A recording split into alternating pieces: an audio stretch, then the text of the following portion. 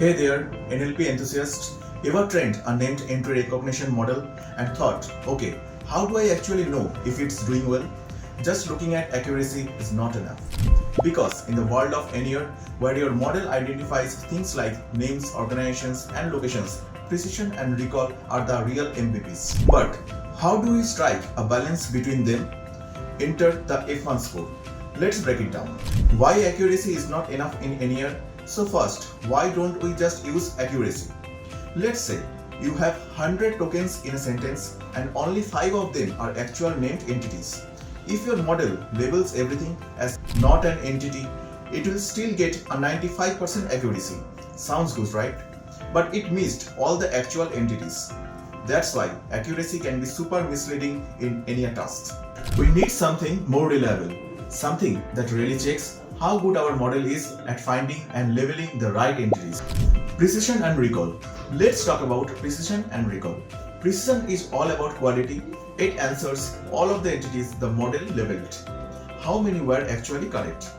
Recall is all about coverage. It answers all of the actual entities in the data. How many did the model successfully find?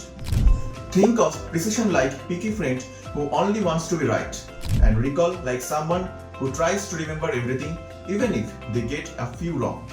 Both are important, but they often trade off against each other. Enter the F1 score, the balance keeper, and that's where the F1 score steps in.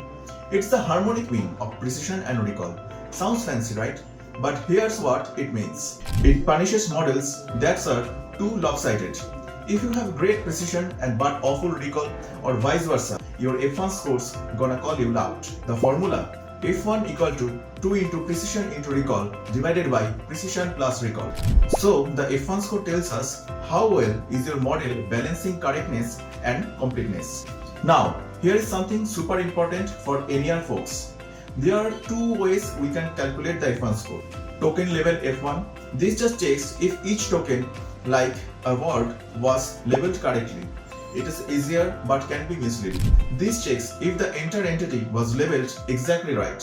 So if New York City is labeled as a location, let's wrap it up. The F1 score is not just a number.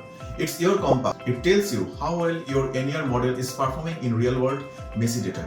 It balances precision and recall, holds your model accountable, and helps you build something people can actually trust. If you found this video helpful, don't forget to like, comment, and subscribe for more bite-sized NLP insights. Until next time, happy model training, and may your F1 score rise ever higher.